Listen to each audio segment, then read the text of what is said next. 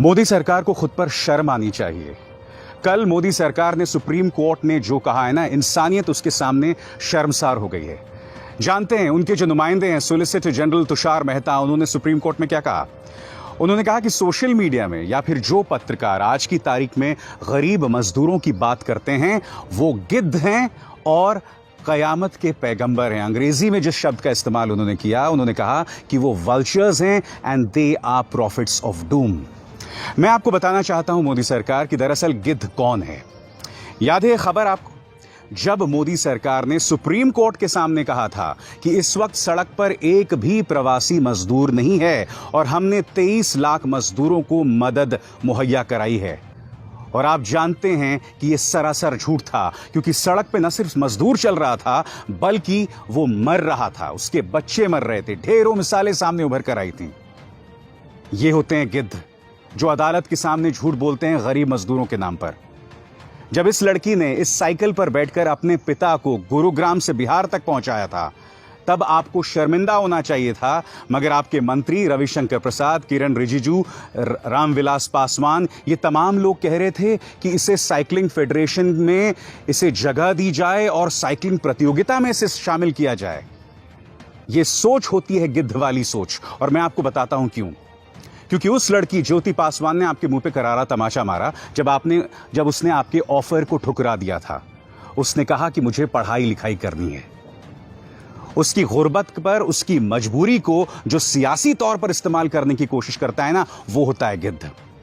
और कल एक बार फिर आपने ये प्रमाणित किया है कि आप गिद्ध हैं अदालत के सामने, क्योंकि अब तक आपके प्रवक्ता क्या कह रहे थे?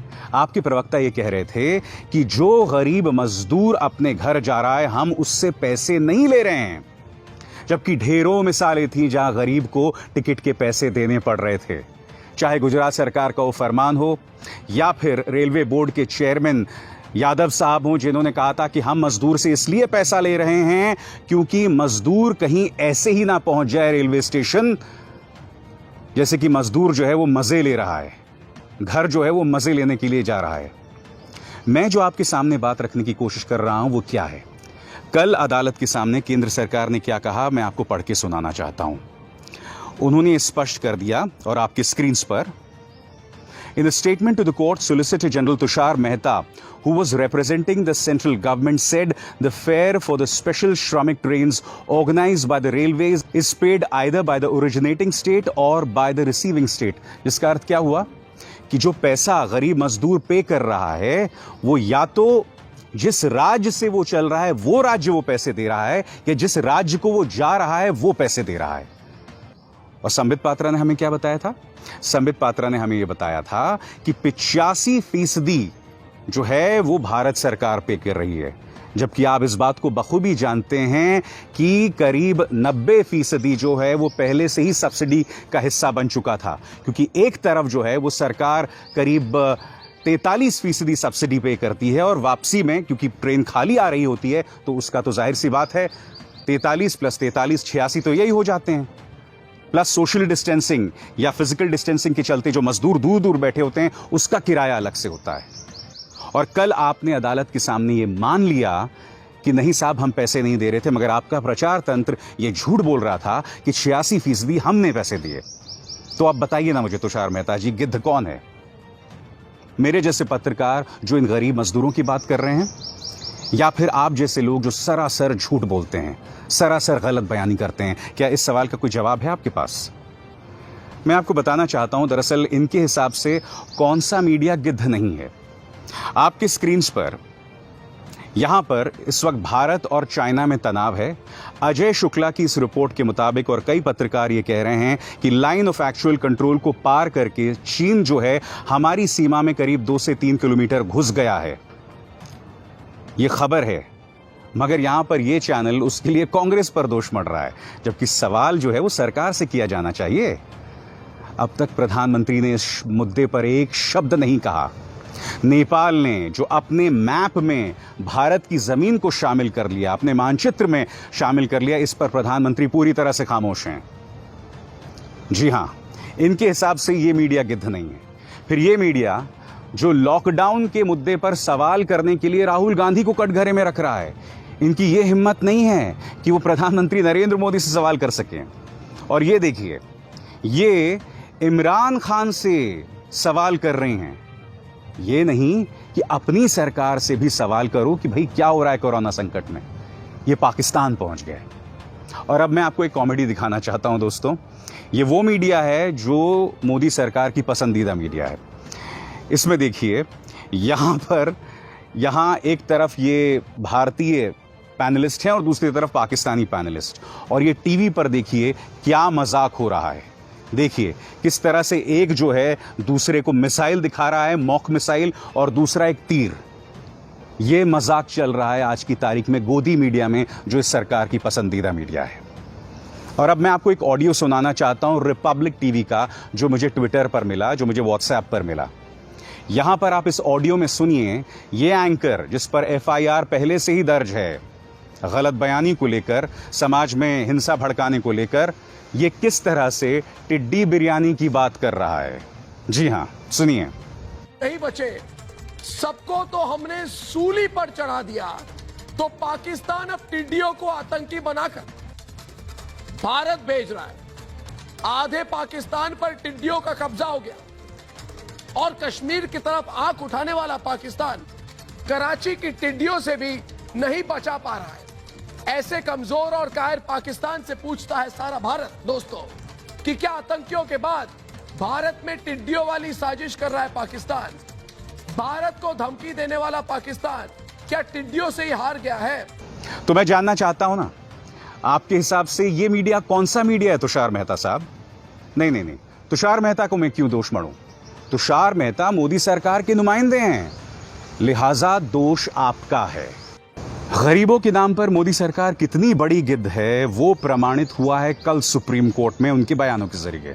और सुप्रीम कोर्ट ने दूसरी बार जाके इस मुद्दों को सुओ मोटो लिया है और कहा है कि जो गरीब प्रवासी मजदूर सड़क पर चल रहा है उसके लिए सरकार कुछ काम करे। आपको याद होगा पहले भी ये मामला सुप्रीम कोर्ट में आया था, मगर सुप्रीम कोर्ट ने कह दिया था देखिए हमें इससे कोई लेना देना नहीं है, ये मुद्दा तो राज्य सरकारों के तहत आता है। मैं आपको बताना चाहता हूं, कल आखिरकार जब सुप्रीम कोर्ट नींद से जागा तो उन्होंने 5 कौन सी बातें कही, और 5 बातें जो हैं करारा तमाचा है केंद्र सरकार के मुंह पर। पहली बात जो आपके स्क्रीन पर, जब भी कोई राज्य सरकार ट्रेन के लिए गुजारिश करे तो रेलवेज को उसे तुरंत मुहैया करानी चाहिए। इसके अलावा उन्होंने ये भी कहा कि किसी भी प्रवासी मजदूर से ट्रेन या बस का किराया ना ले, और ये जो है राज्यों के बीच में इसे शेयर किया जाए। यानी कि पहले झूठ का पर्दाफाश कि सही मायनों में सरकार जो है वो मजदूरों से टिकट का पैसा नहीं ले सकती, इसका मतलब आप टिकट का पैसा ले रहे थे। दूसरी बात, प्रवासी मजदूर जो कहीं फंसे हुए हैं उन्हें खाना मुहैया कराया जाए राज्य सरकारों द्वारा, और इसकी पूरी पब्लिसिटी हो और अधिसूचना भी जारी की जाए। इसका मतलब क्या हुआ कि अब तक आप खाना नहीं दे रहे थे, जिसका प्रमाण आपके सामने यहां देखिए। एक ट्रेन रुकी हुई है और ये गरीब मजदूर वहां पर भुट्टा भुनकर खा रहे हैं। ये बदतर हालत है। अब ये दूसरी तस्वीर देखिए, मुजफ्फरपुर की है। एक बच्चा 3 दिन 4 दिन के बाद 22 को इसकी ट्रेन दिल्ली से निकलती है, 25 को मुजफ्फरपुर पहुंचती है। बच्चा भूखा था, 2.5 साल का, मर गया। देखिए इसका पिता क्या कह रहा है, और इसका रिश्तेदार भी ये कह रहा है कि भूख के मारे वो मरा, मगर केंद्र सरकार इसे मानने को राजी नहीं है। सुनिए। बैठे थे उसके दानापुर से बैठे थे। कहाँ के रहने वाले हैं आप? हम बेतिया जिला के हैं। यहाँ कितने बजे आए हैं आप? हम यहाँ पे आए हम 10 बजे। 10 बजे। जानकारी मुजफ्फरपुर में। पदाधिकारियों को जानकारी दिया कि बच्चा हाँ, सीरियस है? बहुत बोला कि पुलिस वाले के भी बोला, उसको बाद कह रहे हैं कि अभी और ट्रेन जाएगा तो बस जाएगा, उसको बाद कह रहे हैं कि अभी नहीं जाएगा तो अलाउंस करेगा। ऐसे करते होते हम लोग, गाड़ी वाला मांग रहा है कि हम 12,000 रुपया लेंगे तब जाएंगे, तो हमारे पास तो 12,000 रुपया है नहीं। आप क्या करते हैं? हम दिल्ली में पेंट करते हैं। चले कब थे दिल्ली से? हम दिल्ली से दिल्ली में चले हैं, वहाँ से 20 तारीख के चले थे। 21 से मेडिकल हुआ, अब 22 के हमारे गाड़ी पे बैठाया। आज देख लो कितना तारीख हो गया। भूख के कारण। अब आप बताइए ना, गिद्ध कौन है? केंद्र सरकार, या वो पत्रकार जो केंद्र सरकार को कटघरे में रखते हैं, या वो लोग जो सोशल मीडिया में लिख के कहते हैं कि सरकार क्या कर रही है? तीसरी बात, जहां से रेल यात्रा शुरू होती है वो राज्य सरकार मजदूरों को खाना मुहैया कराएं, पानी मुहैया कराएं, उसी तरह से रेलवेज भी उन्हें खाना और पानी मुहैया कराएं। ये बात सुप्रीम कोर्ट आखिर क्यों कह रही है?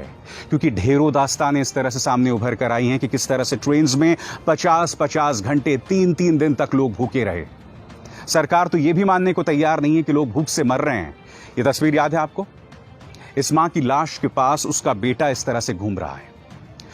तुरंत रेलवे मंत्रालय जो है एक फरमान जारी कर देता है और वो फरमान में क्या कहता है कि नहीं, ये औरत जो है वो भूख और प्यास से नहीं मरी, ये औरत दरअसल बीमारी से मरी है। अब आप खुद सुनिए, उसका जीजा जब तुरंत उसकी मृत्यु हुई थी उसने स्पष्ट कर दिया था कि वो बीमारी से नहीं मरी है। सुनिए। जो मरी है वो आपकी कौन है? साली है। कैसे मरी? ये ऐसे ही मरा है अचानक।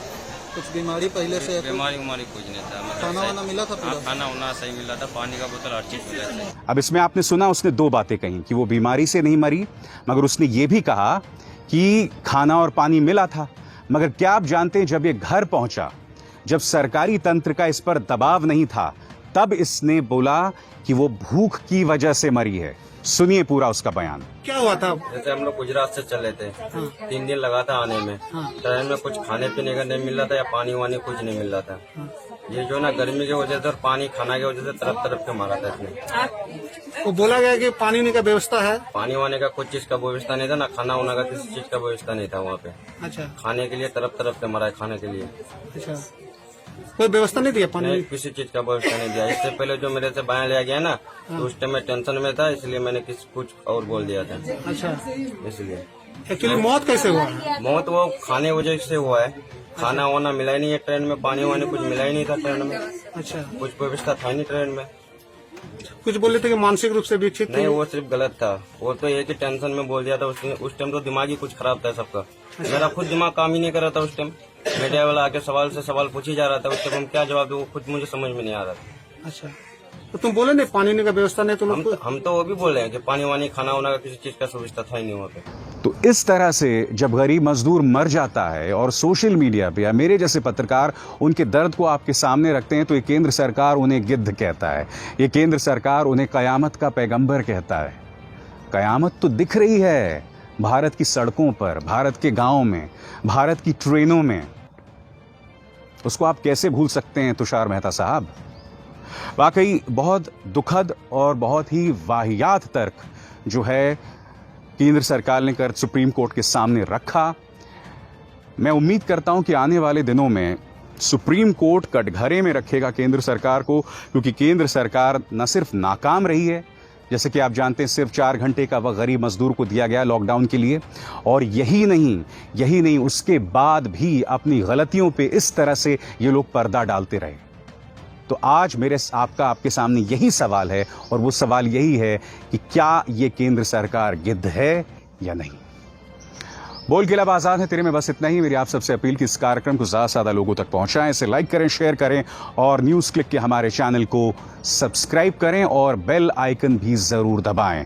अभिसार शर्मा को दीजिए इजाजत। नमस्कार।